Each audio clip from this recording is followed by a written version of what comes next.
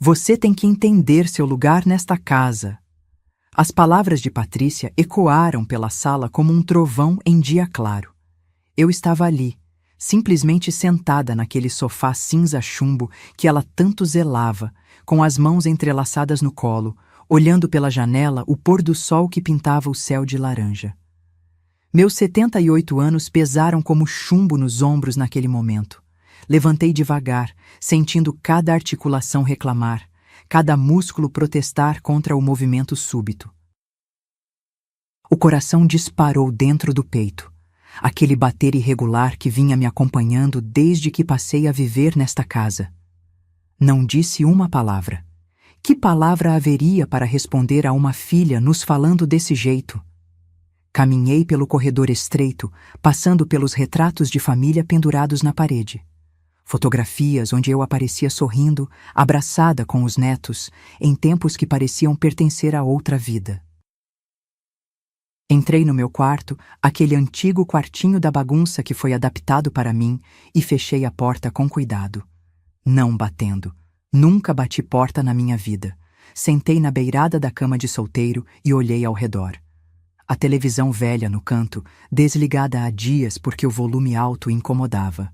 A cômoda pequenininha onde guardava minhas poucas roupas. A janela que dava para o quintal dos fundos, onde eu cuidava daquelas plantas resistentes que ninguém mais regava. Foi ali, naquele silêncio pesado que envolvia a casa toda a noite, que segurei as lágrimas, não por orgulho, não por teimosia, mas porque depois de tantos anos já não sabia mais se alguém se importaria com elas. Meu nome é Hermínia. Durante 42 anos fui costureira. Minhas mãos conheciam cada ponto, cada fibra, cada segredo que se esconde entre linha e agulha. Fiz vestidos de noiva que marcaram o dia mais feliz de mulheres que nem me conheciam direito. Consertei uniformes escolares de crianças que cresceram diante dos meus olhos. Ajustei bainha de calça de homens apressados que mal olhavam no meu rosto quando vinham buscar a peça. Quando minha visão começou a falhar, aposentei-me sem luxo, mas com dignidade. Tinha meu apartamentinho no Brás, pequenininho, mas meu. Vivia sozinha desde que enviuvei, aos 52. Eram anos tranquilos, de rotina simples, feira aos sábados, missa aos domingos, televisão baixinho à noite. Tudo mudou naquela manhã de terça-feira, quando escorreguei no banheiro molhado e senti o fêmur estalar como um galho seco. A dor foi tanta que nem consegui gritar. Fiquei ali, no chão frio do banheiro, olhando para o teto e pensando: é assim que a gente descobre que ficou velha de verdade. Foi Patrícia quem veio me buscar no hospital. Ela sempre foi assim, prática, objetiva, sem tempo para carinho ou palavras doces. Pensava que fosse só o jeito dela, o cansaço da vida moderna, da correria entre trabalho e filhos. Mãe, você não pode mais morar sozinha, disse, ajustando a bolsa no ombro enquanto eu assinava a alta médica. Vem para casa, arrumamos um quartinho para a senhora. André, meu genro, esperava no carro. Homem educado, mas com olhos que pesavam quando me olhavam. Cumprimentava com um aceno de cabeça, respondia perguntas com sim e não, como quem cumpre protocolo. A casa deles ficava no Jardim das Margaridas, zona leste de São Paulo. Um sobrado pequeno, pintado de amarelo claro, com um jardim que mais parecia uma ideia abandonada. Tinham 2 filhos, Danilo, de 17 anos, grudado no celular como se fosse uma extensão do braço, e Isabela, de 13, que ainda me cumprimentava com um beijinho no rosto e às vezes perguntava sobre minhas histórias de costura. O quartinho que prepararam para mim ficava no fundo do corredor. Antes era onde guardavam tralhas, caixas de Natal, roupas que não serviam mais, brinquedos quebrados dos meninos quando pequenos. Colocaram uma cama de solteiro encostada na parede, uma televisão velha em cima de uma mesinha de plástico e um guarda-roupa de 2 portas que rangia toda vez que abria. Aqui a senhora vai ficar bem, disse Patrícia, alisando a colcha florida que tinha comprado especialmente para mim. Tem tudo o que precisa. E realmente tinha tudo o que diziam ser necessário. Cama para dormir, roupa para vestir, comida na mesa. Mas havia algo que faltava, algo que não se compra em loja nem se arruma em prateleira. Algo que eu demorei meses para entender o que era. Acordava sempre às 5:30 da manhã, costume de uma vida inteira. Preparava café na cozinha silenciosa, lavava a louça que ficava da noite anterior empilhada na pia, regava as plantas do quintal que pareciam tão esquecidas quanto eu. Varria a calçada, dobrava a roupa que tirava do varal, organizava gavetas que ninguém havia pedido para organizar. Bom dia, cumprimentava quando alguém aparecia na cozinha. Danilo grunhia qualquer coisa parecida com dia, sem tirar os olhos do celular. André acenava com a cabeça enquanto preparava seu café com leite. Patrícia, sempre apressada, beijava os filhos na testa e saía carregando bolsa, marmita e as preocupações do dia. Isabela era a única que ainda me respondia direito. Bom dia, vó. Dormiu bem? Mas até ela, com o tempo, foi ficando mais distante, mais envolvida com os amigos da escola, com as redes sociais, com esse mundo novo que eu não conseguia acompanhar. Era como se eu fosse um móvel na casa, útil quando precisavam, para cuidar de alguma coisa, para receber encomenda, para ficar de olho na casa quando saíam, mas invisível no resto do tempo. A vida seguiu assim por quase 2 anos. Eu me acostumei com o silêncio, com os olhares que não me viam, com as conversas que aconteciam como se eu não estivesse ali. Achei que era normal. Afinal, cada um tem sua vida, suas preocupações, seus mundos particulares. Mas tudo mudou no dia em que chegou aquele sofá. Era uma segunda-feira de março, quando vi o caminhão de entrega parar na frente de casa. 2 homens desceram, suando sob o sol forte, carregando aquele móvel enorme embalado em plástico grosso. André supervisionava, gesticulando para que tivessem cuidado com o portão, com a parede, com o piso. Cuidado aí, esse sofá custou 3 salários, gritava nervoso. Patrícia chegou do trabalho bem na hora em que eles terminavam de desembalar. Era um sofá em formato de L, cinza chumbo, com tecido aveludado que brilhava conforme a luz batia. Tinha almofadas enormes, braços largos e ocupava quase metade da sala pequena. Que lindo! Suspirou Patrícia, passando a mão no estofado como quem acaricia um animal de estimação. Finalmente temos um sofá de verdade nesta casa. André sorriu, satisfeito. Era raro vê-lo sorrir daquele jeito, com os olhos brilhando. Abraçou a esposa por trás, enquanto ela admirava a compra. Agora vamos ter que estabelecer algumas regras, disse Patrícia, ainda acariciando o tecido. Olhou para os filhos que chegavam da escola e depois para mim, que observava da cozinha. Nada de comer aqui em cima, nada de sentar com roupa molhada ou suada, nada de colocar os pés. E... Ela parou de falar, mas continuou me olhando. Não terminou a frase, mas entendi o recado. Aquele sofá não era para mim. Nos primeiros dias, eu respeitei. Passava pela sala, admirava a beleza do móvel, mas não sentava. Quando assistia televisão, ficava na cadeira da mesa de jantar que puxava para perto da TV. Não era confortável, mas era meu lugar. Durante 2 semanas, tudo correu normal. O sofá permanecia imaculado, as almofadas sempre no lugar, sem uma mancha, sem um fio fora do lugar. Patrícia passava aspirador nele todos os dias, penteava o pelo do tecido com uma escova especial que tinha comprado junto. Mas naquela tarde de quinta-feira, eu estava exausta. Tinha passado a manhã inteira lavando as toalhas de banho que estavam empilhadas há dias no cesto de roupa suja. Patrícia e André tinham saído cedo para resolver assuntos no banco. Os meninos estavam na escola e a casa estava naquele silêncio que eu já conhecia bem. Estendi as toalhas no varal dos fundos, debaixo de um sol que queimava. Voltei para dentro com as pernas doendo, aquela dor surda que vinha subindo dos pés até o quadril.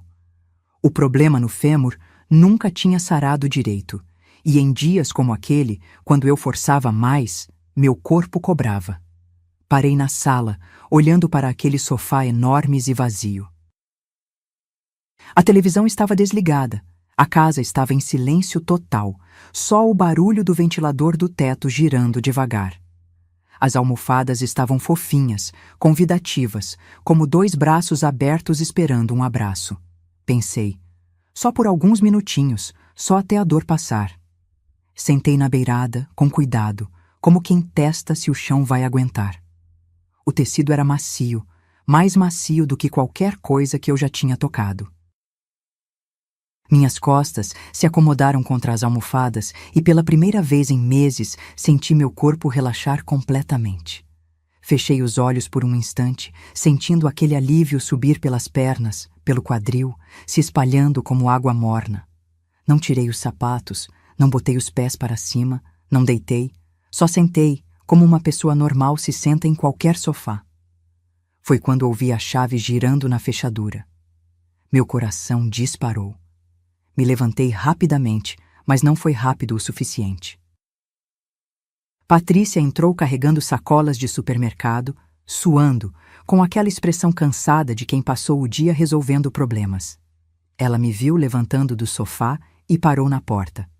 As sacolas escorregaram das mãos. Uma delas se abriu e espalhou laranjas pelo chão da sala. O silêncio que se seguiu foi diferente de todos os outros silêncios que eu já tinha enfrentado naquela casa. Era um silêncio que cortava, que pesava, que gritava sem fazer barulho. Os olhos de Patrícia foram do sofá para mim, de mim para o sofá. Procuravam alguma marca, algum sinal de que eu tinha sujado, amassado, danificado sua preciosidade. Não encontraram nada, mas isso não importava. Mãe, disse ela, com uma voz que eu não reconheci. Era uma voz baixa, controlada, mais assustadora do que se estivesse gritando. A senhora não ouviu quando eu disse que esse sofá não é para qualquer um sentar? Eu só... comecei, mas ela levantou a mão me interrompendo. A senhora só o quê? Só decidiu ignorar as regras da casa? Só achou que podia fazer o que quisesse? André apareceu na porta, carregando mais sacolas. Viu as laranjas espalhadas, viu a tensão no ar, mas não disse nada. Apenas observou, como sempre fazia. Patrícia, eu estava com dor nas pernas, só sentei um pouco. Não me interessa. O grito dela ecoou pela casa inteira. Saiu de dentro dela como um animal feroz que tinha estado preso por muito tempo. Isabela apareceu no corredor, assustada. Danilo tirou os fones de ouvido e espichou a cabeça para fora do quarto. Você tem que entender seu lugar nesta casa. As palavras me atingiram como pedradas. Senti o rosto queimar, o peito apertar, as mãos tremerem. Todos os olhos estavam em mim. Patrícia com raiva, André indiferente, Isabela assustada, Danilo curioso. Me levantei completamente, ajeitei a blusa e caminhei em direção ao corredor. Não disse nada. Que palavras existiriam para um momento como aquele? Passei por Isabela, que sussurrou. Desculpa, avó, mas continuei andando. Entrei no meu quartinho, fechei a porta e sentei na beirada da cama. Foi ali, naquele silêncio que agora tinha um gosto amargo, que entendi o que estava faltando naquela casa desde que eu chegara.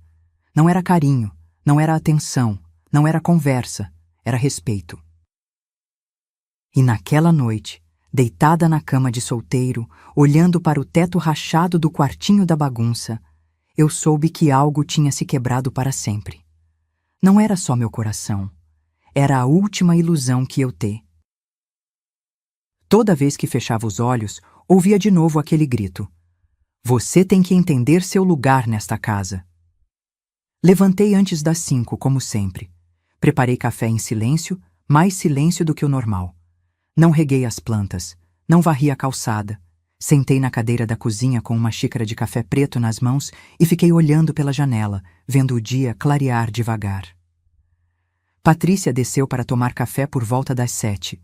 Passou por mim como se eu fosse transparente. Preparou seu café com leite, Pegou uma torrada, passou margarina sem olhar na minha direção nenhuma vez. Bom dia, arrisquei, numa voz mais baixa que o normal. Ela não respondeu. Comeu em pé, apoiada na pia, mexendo no celular. Quando terminou, lavou a xícara, pegou a bolsa e saiu. Nem tchau, eu ouvi. André desceu logo depois, repetiu exatamente a mesma cena. Silêncio total, como se eu não existisse. Os meninos fizeram a mesma coisa. Danilo nem apareceu na cozinha. Pegou uma bolacha e saiu direto para a escola. Isabela veio tomar café, mas quando tentou me cumprimentar, Patrícia gritou do quarto. Isabela, não esquece a mochila de educação física. A menina me olhou com pena, sussurrou um oi vó, rápido e saiu correndo. Fiquei sozinha na casa, como tantas outras manhãs. Mas dessa vez era diferente. Havia algo no ar, uma tensão que não existia antes, como se estivessem esperando alguma coisa acontecer. Passei o dia inteiro no meu quarto. Não lavei louça, não arrumei nada, não preparei almoço, fiquei ali, sentada na beirada da cama, pensando na minha vida, em como tinha chegado até ali. Lembrei do meu apartamentinho no Brás, pequenininho, mas meu. Lembrei das tardes na máquina de costura, das clientes que vinham buscar suas encomendas e ficavam conversando sobre a vida. Lembrei do meu marido, que morreu cedo demais, mas que nunca me fez sentir como um estorvo.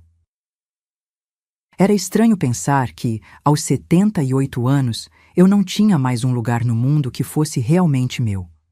Na manhã seguinte, sexta-feira, o interfone tocou bem cedo, 7:30 da manhã.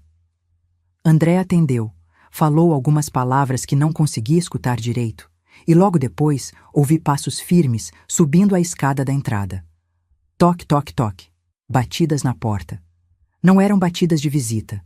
Eram batidas oficiais, secas, que anunciavam algo sério. André abriu a porta. Ouvi uma voz masculina, formal, educada. Bom dia. Procuro a senhora Hermínia dos Santos Silva. Tenho uma notificação para entregar. Meu coração parou. Saí do quarto e fui até a sala. Era um homem de terno azul marinho, carregando uma pasta de couro. Oficial de justiça. A senhora é Hermínia dos Santos Silva? Sou, respondi, com a voz saindo mais fraca do que eu queria. Tenho uma ordem de despejo para entregar à senhora. As palavras ecoaram na sala como um tiro. Patrícia apareceu no corredor, já vestida para o trabalho, com uma expressão que tentava parecer surpresa, mas que eu conhecia bem. Era a mesma cara que ela fazia quando criança e aprontava alguma travessura. O oficial me entregou um envelope pardo. Minhas mãos tremeram quando o recebi. Abri ali mesmo, na frente de todos. Estava escrito com letras frias e impessoais. Ação de despejo por denúncia vazia. Meu nome completo. O endereço da casa. E mais embaixo, em palavras que doíam mais do que qualquer tapa, conflitos de convivência que tornaram insustentável a permanência da requerida no imóvel. Conflitos de convivência. Li 2 vezes para ter certeza de que tinha entendido direito. Minha própria filha estava me processando, usando a justiça para me tirar de casa, como se eu fosse uma inquilina problemática, uma estranha que precisava ser removida. A senhora tem 30 dias para desocupar o imóvel, disse o oficial, numa voz profissional que deixava claro que ele já tinha feito isso centenas de vezes. Qualquer dúvida, procure um advogado. Ele saiu, deixando um silêncio pesado na sala. André havia sumido, provavelmente se escondido no quarto. Os meninos tinham ido para a escola, só eu e Patrícia. Mãe, ela disse com uma voz que tentava soar razoável. A senhora sabe que não dá mais para continuar assim. A casa é pequena, todo mundo fica estressado. Conflitos de convivência, repeti, ainda olhando para o papel. Foi assim que você me descreveu para o juiz? Eu não queria chegar nesse ponto, mas a senhora não entende. Não colabora. Ontem mesmo, sentou no sofá depois que eu pedi para não sentar. Sentei no sofá, repeti, incrédula. Sentei no sofá da sala da casa onde moro há 2 anos e isso virou um conflito de convivência. Não é só isso, mãe. É um monte de coisas. A senhora não se adapta às regras da casa, fica fazendo coisas que ninguém pediu, mexe nas nossas coisas. Que coisas? Lavar a louça que vocês deixam suja? Regar as plantas que estão morrendo? Varrer a calçada? Ela suspirou, impaciente. Vê só. A senhora já está se alterando de novo. É sempre assim. Por isso que não dá mais. Voltei para o meu quarto com o papel nas mãos. Sentei na cama e li mais uma vez, palavra por palavra. 30 dias. 30 dias para sair da casa da minha própria filha. Foi ali, naquele momento, que algo dentro de mim se quebrou definitivamente. Não era só tristeza ou mágoa. Era uma revolta surda, uma indignação que vinha de um lugar que eu nem sabia que existia. Peguei minha bolsa velha de couro, onde guardava documentos importantes, e comecei a procurar. Havia ali papéis antigos, fotografias, recibos guardados por anos. E no fundo, dentro de um envelope pardo escrito à mão, com minha letra de 20 anos atrás, encontrei o que estava procurando. Depósito Entrada Casa P&A, 9/2008. Era o comprovante bancário da transferência que fiz para ajudar Patrícia e André a comprarem esta casa. R$45 mil. Praticamente toda a quantia que recebi da venda do meu apartamento no Brás. Fiquei olhando para aquele papel amarelado, com a data, o valor, os nomes.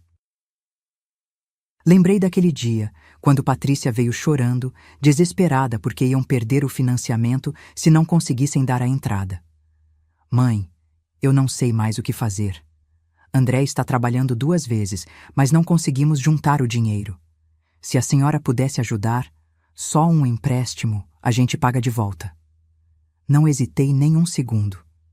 Vendi meu apartamento, que não valia muito, mas era meu lar há 20 anos, e dei o dinheiro para ela.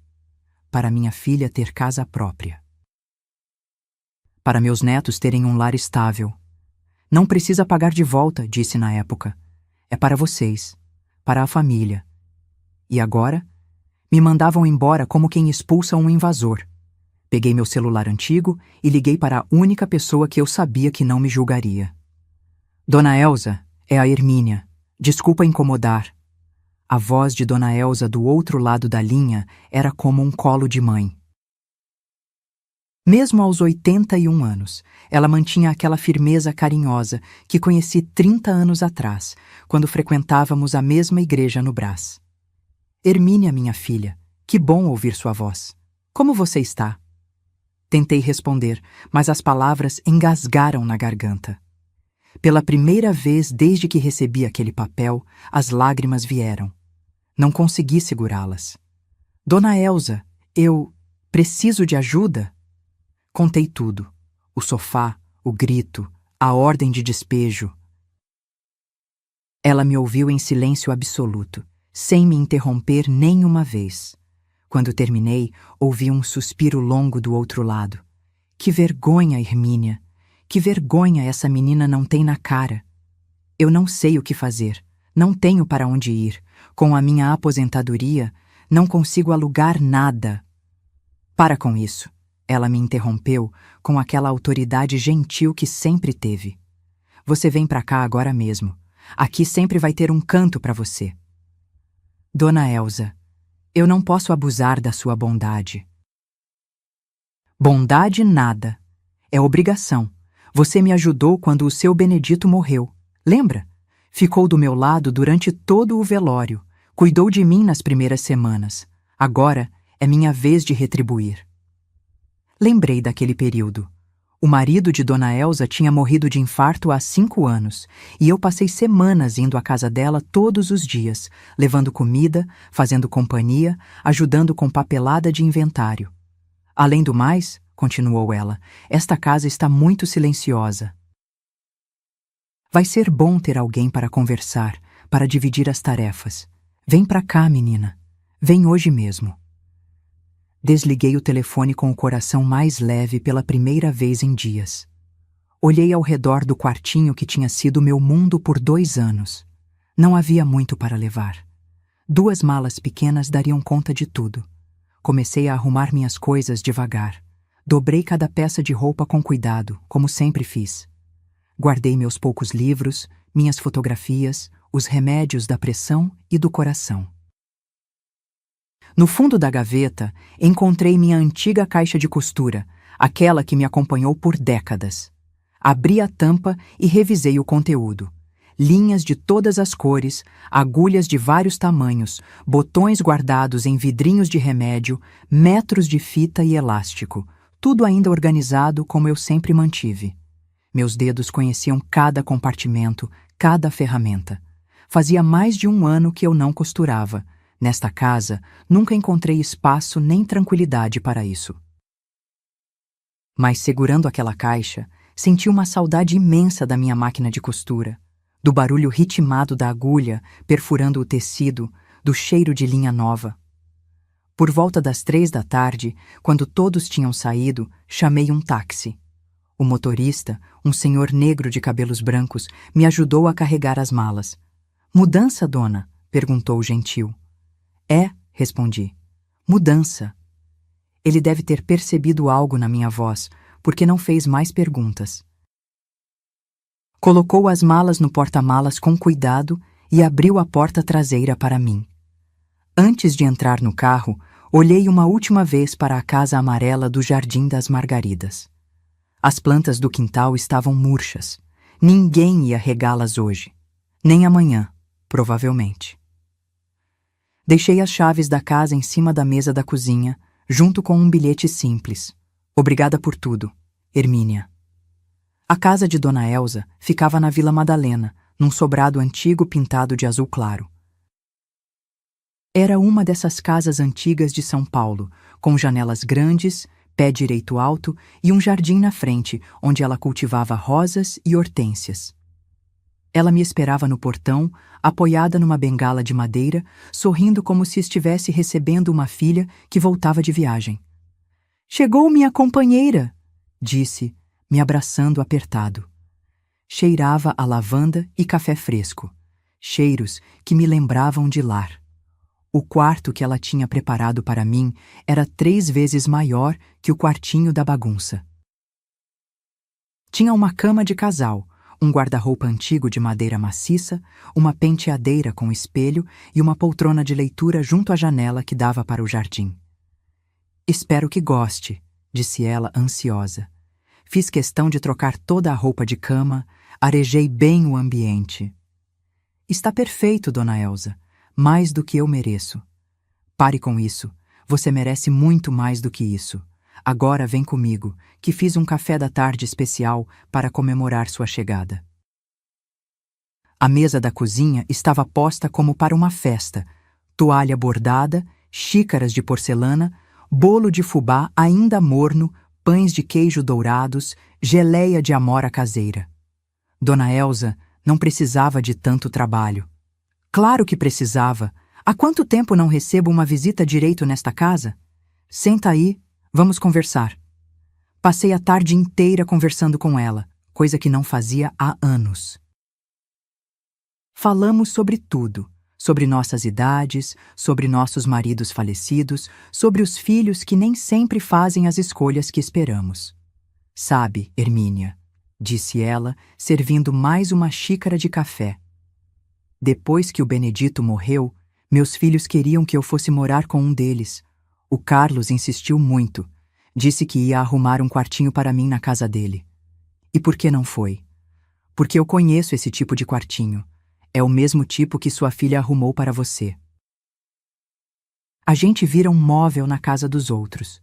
Útil quando precisam, invisível no resto do tempo." Ela tinha razão. Conhecia bem essa sensação. Preferi ficar aqui, na minha casa, com minha independência. Solidão é diferente de abandono, menina. Solidão a gente escolhe. Abandono nos impõe. Naquela noite, deitei numa cama confortável, em lençóis cheirosos, olhando pela janela as luzes da cidade lá fora. Pela primeira vez em muito tempo, senti paz. No dia seguinte, Dona Elsa me levou para conhecer a vizinhança. Apresentou-me a Dona Carmen, que morava na casa ao lado e precisava de alguém para fazer algumas costuras. A seu Miguel, da esquina, que tinha uma oficina mecânica e sempre precisava de reparos em bancos de carro. A Hermínia é costureira profissional, dizia, orgulhosa. Uma das melhores que já conheci. Foi assim que, aos 78 anos, voltei a trabalhar. Não por necessidade extrema, mas por prazer. Por sentir que tinha ainda algo útil para oferecer ao mundo. Dona Carmen me trouxe 3 vestidos para ajustar. Seu Miguel, 2 capas de banco para remendar. A filha da Dona Teresa, do final da rua, queria que eu fizesse uma saia para o casamento da irmã. Dona Elsa me emprestou um cantinho da sala onde instalei minha máquina de costura, que busquei na casa de Patrícia numa tarde em que sabia que ela estava trabalhando. André me entregou a máquina sem dizer uma palavra, como se eu fosse uma estranha pegando um objeto esquecido. O barulho da máquina voltou a fazer parte da minha rotina. Tac, tac, tac, tac, ritmado, tranquilizante. Dona Elsa dizia que era como música para ela. Essa casa estava muito quieta, contava para as vizinhas. Agora tem vida de novo. E realmente tinha. Voltei a acordar com propósito, com tarefas que escolhi fazer, com pessoas que me tratavam como gente. Como uma profissional respeitada, não como um estorvo que precisava ser tolerado. Foi nesse período de tranquilidade que comecei a escrever. Comprei um caderno numa papelaria da rua de baixo e comecei a anotar tudo o que havia acontecido. Não por vingança ou ressentimento, mas para não esquecer quem eu era. Quem eu sempre fui. 3 meses se passaram na casa de Dona Elsa. Foram os meses mais tranquilos que vivi em anos. Acordava sem pressa, tomava café na mesa da cozinha enquanto conversávamos sobre os planos do dia, costurava pela manhã e à tarde saíamos para caminhar pelo bairro ou receber as amigas para o chá das 5. Era uma vida simples, mas era minha vida, escolhida por mim. Meus dedos tinham voltado a ter agilidade com a agulha. As vizinhas espalharam a notícia de que havia uma costureira boa e barata na rua, e logo eu tinha mais encomendas do que conseguia dar conta. Nada de extraordinário, ajustes de roupas, consertos, algumas peças novas para ocasiões especiais. Mas cada trabalho concluído me devolvia um pedaço da autoestima que eu achei que tinha perdido para sempre. Dona Elsa insistia que eu guardasse todo o dinheiro que ganhava. Você vai precisar de uma reserva, menina. Nunca se sabe o que a vida pode trazer. Eu guardava religiosamente cada nota, cada moeda. Não era muito, mas era meu, conquistado com meu trabalho, com minhas mãos. Foi numa terça-feira de manhã, enquanto costurava uma barra de vestido para a neta da Dona Carmen, que o carteiro tocou a campainha. Dona Elsa atendeu e voltou com um envelope oficial nos mãos. É para você, Hermínia, da Caixa Econômica Federal. Meu coração saltou. Abri o envelope com mãos trêmulas. Era uma notificação sobre a quitação antecipada de um financiamento habitacional. O nome dos mutuários, Patrícia Santos Silva e André Luiz Ferreira. Li 2 vezes para ter certeza. Eles tinham quitado a casa que eu ajudei a comprar, e meu nome aparecia no documento como terceiro interessado devido à participação financeira na aquisição do imóvel. O que é isso? Perguntou Dona Elsa, vendo minha expressão confusa. Expliquei sobre o dinheiro que dei para a entrada da casa, sobre o comprovante que guardei. Dona Elsa balançou a cabeça, indignada. Hermínia, você precisa procurar um advogado. Isso aí não está certo. Mas eu dei o dinheiro de presente. Para ajudar minha filha. Regalo ou não, se seu nome está nesse papel da Caixa, é porque você tem direitos. E depois do jeito que te trataram, você precisa correr atrás disso. Ela estava certa. Na quinta-feira seguinte, fomos juntas ao escritório do Dr. Henrique, um advogado jovem que atendia na região. Dona Elsa havia perguntado para as vizinhas e todas falavam bem dele. Dr. Henrique era um rapaz de uns 40 anos, com óculos de aro grosso e jeito atencioso. Ouviu minha história inteira sem me interromper. examinou todos os documentos que levei e anotou tudo num caderno. Dona Hermínia, disse ele depois de analisar os papéis, a senhora tem direito a pelo menos 30% desse imóvel. Pode ser até mais, dependendo do valor atual da casa. Como assim? A senhora contribuiu significativamente para a aquisição do imóvel. Mesmo que tenha sido um presente, existe jurisprudência sobre sociedade de fato. O fato de seu nome aparecer nos documentos da Caixa comprova que sua participação foi reconhecida. Senti uma tontura. 30% de uma casa. Isso significava dinheiro. Dinheiro suficiente para ter minha própria independência. Mas, doutor, disse, ainda insegura, eu não quero brigar com minha filha. Não quero causar problemas. Ele se inclinou para a frente com uma expressão gentil, mas firme. Dona Hermínia, com todo respeito, quem causou problemas foi sua filha. Te expulsou de casa usando a justiça. Agora é hora de você usar essa mesma justiça para garantir seus direitos. Saímos do escritório com uma proposta. Ele faria uma tentativa de conciliação primeiro. Se Patrícia e André aceitassem ressarcir minha parte sem briga, melhor para todos. Se não aceitassem, iríamos para o tribunal. Não custa tentar a boa vontade primeiro, disse Dr. Henrique. Muitas vezes, as pessoas agem mal porque acham que não vão ter consequências. Voltei para casa com a cabeça fervilhando. Parte de mim se sentia culpada por estar fazendo isso contra minha própria filha. Mas outra parte, uma parte que estava crescendo a cada dia, se sentia orgulhosa por finalmente estar lutando por mim mesma. Naquela noite, conversei longamente com Dona Elsa na cozinha, tomando chá de camomila. Você está fazendo a coisa certa, disse ela, segurando minha mão. Não é vingança, é justiça. Você deu o melhor de si para essa família, e eles te pagaram com ingratidão. Mas ela é minha filha, Dona Elsa. E você é mãe dela. Ser mãe não significa aceitar qualquer desrespeito. Significa ensinar o que é certo e o que é errado. E o que ela fez com você foi errado. 2 semanas depois, Dr. Henrique ligou com novidades. Marquei uma audiência de conciliação para a próxima terça-feira. Sua filha e seu genro vão estar lá com o advogado deles. É nossa chance de resolver isso sem barulho. Passei os dias seguintes nervosa, ansiosa, ensaiando mentalmente o que ia dizer. Dona Elsa me acompanhou até o fórum na terça-feira, embora não pudesse entrar na sala de audiência.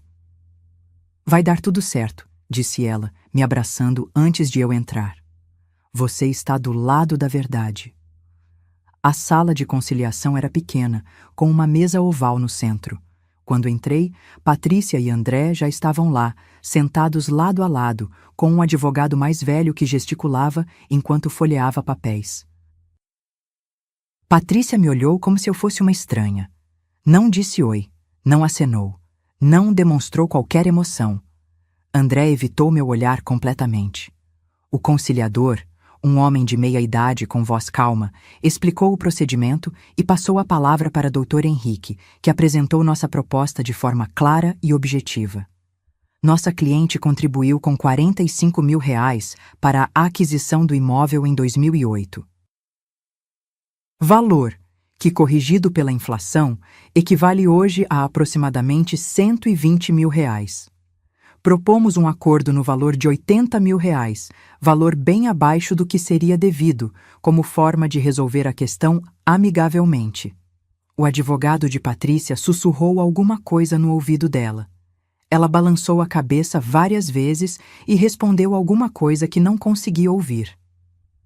Minha cliente alega que o valor foi uma doação espontânea, sem expectativa de devolução, disse o advogado deles. Doutor Henrique sorriu. Com todo respeito, a documentação da Caixa Econômica Federal comprova a participação da nossa cliente como terceiro interessado. Além disso, temos aqui a ordem de despejo que vocês moveram contra ela. É no mínimo contraditório expulsar de casa alguém que alegam ter recebido um presente tão generoso.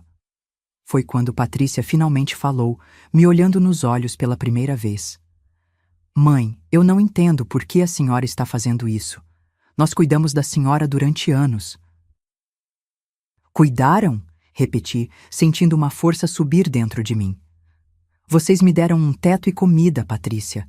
Mas cuidar é diferente. Cuidar é tratar com respeito, com carinho, como família. A senhora não colaborava com as regras da casa. As regras da casa, interrompi, com uma firmeza na voz que me surpreendeu, incluíam não sentar no sofá da sala. Vocês me trataram como uma empregada indesejada, não como mãe e avó. O silêncio na sala foi pesado.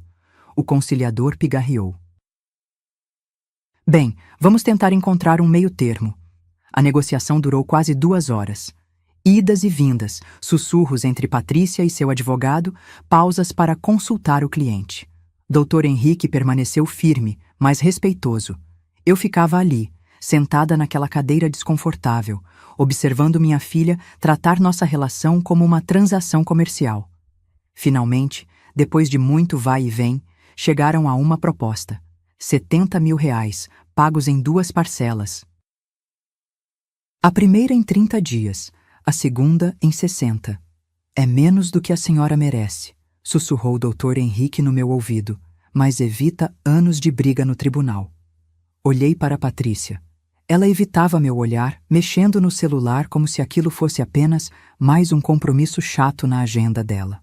Aceito, disse. Assinamos os papéis ali mesmo. Quando terminamos, Patrícia se levantou rapidamente, pegou a bolsa e fez menção de sair. Parou na porta e se virou. Espero que a senhora esteja satisfeita agora. Não, Patrícia, respondi, me levantando também. Eu não estou satisfeita. Nunca vou estar satisfeita com o jeito que vocês me trataram. Mas pelo menos agora tenho minha dignidade de volta. Ela saiu sem responder. André a seguiu em silêncio, como sempre fez. Dr. Henrique me acompanhou até a saída do fórum. A senhora foi muito corajosa, dona Hermínia. Espero que isso traga a paz que merece. Dona Elza me esperava no banco da praça, em frente ao fórum. Quando me viu sair, veio correndo ao meu encontro. E então? Como foi? Contei tudo durante o caminho de volta para casa. Ela balançava a cabeça, ora indignada com a frieza de Patrícia, ora orgulhosa da minha firmeza. 70 mil reais, Hermínia! Você sabe o que isso significa? Eu sabia. Significava liberdade, significava escolhas, significava não depender de ninguém, nunca mais. O primeiro pagamento chegou exatamente no prazo. Doutor? Henrique me ligou confirmando o depósito. 35 mil reais na minha conta poupança. Era mais dinheiro do que eu tinha visto junto em toda a minha vida. E agora? Perguntou Dona Elza quando contei sobre o depósito. O que vai fazer? Vou procurar uma casa. Respondi sem hesitar. Pequena, simples, mas minha. Passamos semanas visitando imóveis na região. Casas pequenas, apartamentos de 1 quarto, kitnetes. Até que encontramos uma casinha térrea na Vila Madalena, a 3 quadras da casa de Dona Elza. Era uma casa antiga, mas bem conservada. 2 quartos pequenos, sala, cozinha, banheiro e um quintalzinho nos fundos, onde cabiam perfeitamente alguns vasos de plantas. O preço estava dentro do que eu podia pagar. 50 mil reais à vista. É perfeita para você, disse Dona Elza, examinando cada cantinho. Perto da feira, perto do posto de saúde, perto de mim. Fechei negócio no mesmo dia. A mudança foi rápida. Não tinha muitas coisas para levar. Minhas roupas, minha máquina de costura, alguns objetos pessoais. Dona Elza insistiu em me emprestar alguns móveis até eu conseguir comprar os meus. Não é empréstimo, disse ela quando tentei protestar. É presente de inauguração. No primeiro dia na minha casa nova, acordei antes do sol nascer como sempre. Mas dessa vez foi diferente. Levantei da minha cama, no meu quarto, andei pela minha sala até chegar na minha cozinha. Preparei café no meu fogão, com água da minha torneira, usando minha xícara preferida. Sentei na cadeira da cozinha, uma cadeira simples de madeira que comprei numa loja de móveis usados, e tomei café olhando pela janela para o meu quintal. Ainda estava vazio, mas já sabia exatamente onde ia plantar cada coisa. Com o dinheiro que sobrou, comprei móveis básicos, um sofá pequeno de 2 lugares, onde eu podia sentar quando, como e quanto quisesse, uma mesa de jantar para 4 pessoas, uma cama de casal confortável, um guarda-roupa espaçoso. E na sala, no cantinho perto da janela, instalei minha máquina de costura numa mesinha que mandei fazer sob medida. Ali, com a luz natural da manhã, voltei a trabalhar com ainda mais prazer do que antes. As vizinhas logo descobriram onde eu morava. Dona Carmen apareceu com uma torta de limão para me dar boas-vindas. Seu Miguel trouxe um vaso de plantas para o quintal. A filha da Dona Teresa veio me pedir para fazer o vestido do seu casamento. "A senhora vai fazer meu vestido de noiva?" perguntou, com os olhos brilhando. "Seria uma honra." Vestido de noiva. Fazia anos que não fazia um. Aceitei o desafio com o coração batendo de emoção. Passamos semanas escolhendo tecido, modelo, detalhes. Era um vestido simples, mas ela queria que fosse especial. Trabalhei nele com o cuidado de quem está criando uma obra de arte. No dia do casamento, fui convidada para a cerimônia. Ver a noiva entrando na igreja com o vestido que minhas mãos criaram foi um dos momentos mais emocionantes da minha vida. Ela estava radiante e o vestido caía perfeitamente no corpo dela. "Obrigada, Dona Hermínia", sussurrou ela, me abraçando depois da cerimônia. "A senhora fez o vestido dos meus sonhos." Foram momentos como esse que me fizeram entender que minha vida não tinha acabado aos 78 anos. Tinha recomeçado. Isabela apareceu na minha casa numa tarde de sábado, 3 meses depois que me mudei. Tocou a campainha timidamente, olhando por cima do ombro como se estivesse fazendo algo proibido. "Oi, vó", disse quando abri a porta. "Posso entrar?" Ela tinha crescido nos meses que não nos víamos. Estava mais alta, mais mulherzinha. Mas os olhos continuavam os mesmos, doces, curiosos, carinhosos. "Claro, minha filha, entre, entre." Fiz um lanche para ela, mostrei a casa, o quintal onde eu tinha plantado tomates e manjericão. Ela ficou encantada com tudo. "Que casa legal, vó! A senhora está feliz aqui?" "Muito feliz, minha filha, pela primeira vez em muito tempo." Ela ficou calada por um momento, mexendo na xícara de chocolate quente. "Vó, eu sinto sua falta. A casa ficou diferente depois que a senhora saiu." "Diferente como?" "Mais silenciosa. E as plantas do quintal morreram todas. Ninguém lembra de regar." Senti uma pontada no coração, mas não de tristeza, de orgulho, por ter deixado falta, por ter importado. "Você pode vir me visitar sempre que quiser, Isabela. Esta casa é sua também." Ela vem me visitar quase todo sábado agora. Às vezes traz o Danilo, que cresceu e ficou mais educado. Conversam comigo sobre escola, sobre amigos, sobre os planos para o futuro. Conto histórias da minha época de costureira, ensino Isabela a fazer pontos básicos na máquina. Patrícia nunca veio, nunca me procurou. Às vezes encontro com ela na rua, por acaso, e nos cumprimentamos com um aceno de cabeça. Cordial, distante, como 2 conhecidas que se esbarram na vida. Não sinto raiva dela, nem mágoa. Sinto pena. Pena de alguém que não soube valorizar o que tinha, que confundiu amor com obrigação, família com estorvo. Hoje, 2 anos depois de sair da Casa Amarela do Jardim das Margaridas, acordo todos os dias na minha cama, na minha casa, com meus projetos para o dia. Costuro, cuido do quintal, recebo amigas para o chá, vou ao cinema com Dona Elsa. E todas as tardes, quando o trabalho está terminado, sento no meu sofá. No meu sofá. Ponho os pés para cima se quiser. Deito se tiver vontade. Como pipoca assistindo novela, se me der na telha, porque finalmente entendi meu lugar nesta casa. Meu lugar é onde eu quiser sentar.